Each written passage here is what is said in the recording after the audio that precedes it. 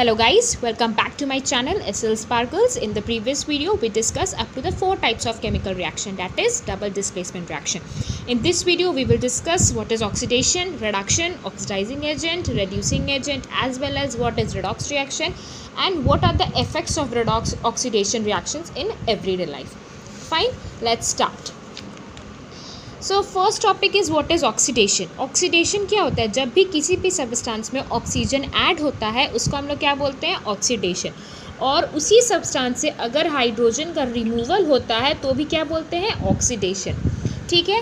Reduction क्या होता है? तो जब किसी सब्सटेंस में हाइड्रोजन ऐड होता है तो उसको बोलते हैं रिडक्शन, या फिर किसी सब्सटेंस से ऑक्सीजन रिमूव होता है उसको भी क्या बोलते हैं? रिडक्शन बोलते हैं.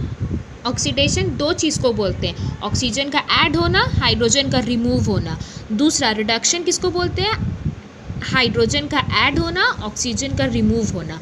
ये जो प्रोसेस है रिडक्शन का, ये बिल्कुल अपोजिट होता है ऑक्सीडेशन से.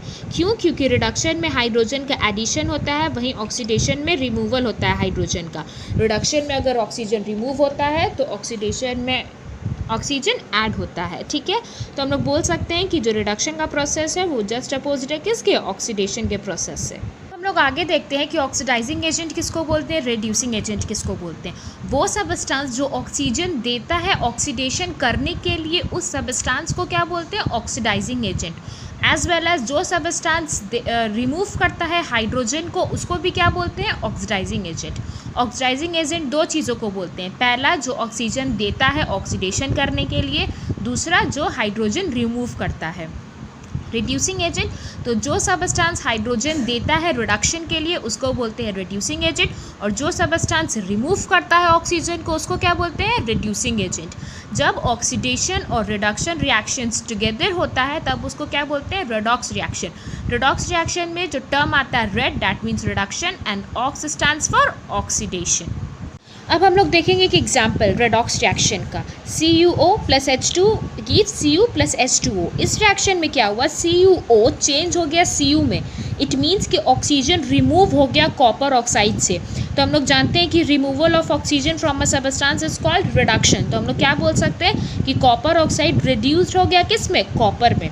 और इस रिएक्शन में हुआ कि H2 जो था वो पहले रिएक्टेंट साइड में H2 है लेकिन प्रोडक्ट साइड में H2O है, तो वो भी H2 से H2O बन गया. इसका मतलब ऑक्सीजन ऐड हो गया किसमें? हाइड्रोजन में. तो हम लोग बोल सकते हैं कि जो एडिशन होता है ऑक्सीजन का टू अ सब्सटेंस उसको क्या बोलते हैं? ऑक्सीडेशन बोलते हैं. इससे हम लोग क्या बोल सकते हैं कि हाइड्रोजन ऑक्सीडाइज्ड हुआ वाटर में, as well as copper oxide reduced हुआ कॉपर में. तो यहाँ पे ऑक्सीडेशन भी हुआ, रिडक्शन भी हुआ. ठीक है. हाइड्रोजन ऑक्सीडाइज हुआ वाटर में, at the same time copper oxide reduced हुआ कॉपर में. तो ऑक्सीडेशन और रिडक्शन दोनों एक साथ हुआ, इसलिए कौन सा रिएक्शन है? रेडॉक्स रिएक्शन है. एक और बात, चूँकि कॉपर ऑक्साइड ऑक्सीजन दे रहा है जो कि रिक्वायर है हाइड्रोजन को ऑक्सीडाइज होने के लिए और वाटर बनाने के लिए, इसलिए कॉपर ऑक्साइड क्या है? यहाँ पे ऑक्सीडाइजिंग एजेंट है. और हाइड्रोजन रिस्पॉन्सिबल है ऑक्सीजन रिमूव करने के लिए कॉपर से, ऑक्साइड से, इसीलिए हाइड्रोजन क्या है? रिड्यूसिंग एजेंट है. ठीक है. Now we will discuss effects of oxidation reactions in everyday life. There are two common effects of oxidation reactions which we observe in daily life. ठीक है. First one is corrosion of metal. Second one is rancidity of food. Corrosion क्या होता है? Corrosion एक वो process होता है जिसमें मेटल्स अपने आप गलते जाते हैं या फिर वो खोखले हो जाते हैं by the action of air, moisture और अ केमिकल, जैसे कि एसिड हो गया, जब उनके सरफेस पे बैठ जाता है. कोरोजन बेसिकली क्यों होता है? क्योंकि मेटल्स ऑक्सीडाइज हो जाते हैं, जो कि एयर में जो प्रेजेंट होता है ऑक्सीजन उससे. रस्टिंग जो आयरन मेटल का होता है वो सबसे कॉमन फॉर्म होता है कोरोजन का.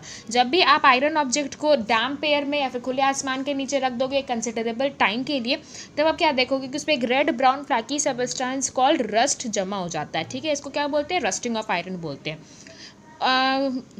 कोरोजन के दौरान क्या होता है? आयरन मेटल ऑक्सीडाइज हो जाता है by the oxygen of air in the presence of water.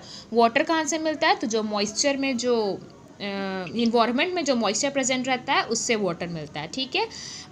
और प्रेजेंस ऑफ वाटर के मिलके क्या बना देता है, हाइड्रेटेड आयरन, जिसको हम लोग रस्ट बोलते हैं। 4Fe + 3O2 + 2XH2O gives 2Fe2O3.XH2O, ठीक है।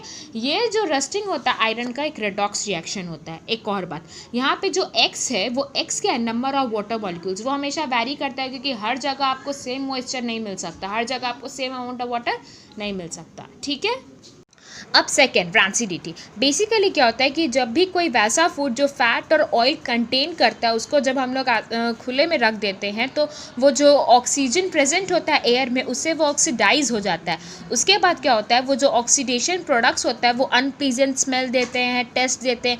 ये जो कंडीशन होता है ऑक्सीडेशन की वजह से फैट्स और ऑयल्स वाले फूड का, इसी कंडीशन को क्या बोलते हैं, रैंसिडिटी बोलते हैं। रैंसिडिटी बेसिकली पूरा फूड को बिगाड़ देता है, वैसे फूड को जिसमें फैट्स और ऑयल्स, और उसको हम लोग खाली मतलब खुले में छोड़ते हैं, ठीक है। लेकिन आप इसको प्रिवेंट कर सकते हो। इसको प्रिवेंट करने के 5 तरीके। पहला, आप उसमें एंटीऑक्सीडेंट्स मिला दो।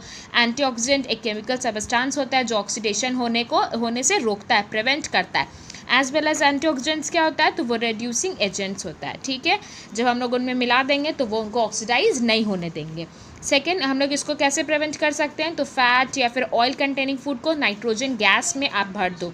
जैसे कि जो भी पोटैटो चिप्स वाले जो भी पैकेट्स होते हैं वो सब किससे भरे हुए होते हैं, नाइट्रोजन गैस से भरे हुए रहते हैं, इसीलिए वो ख़राब नहीं होते हैं।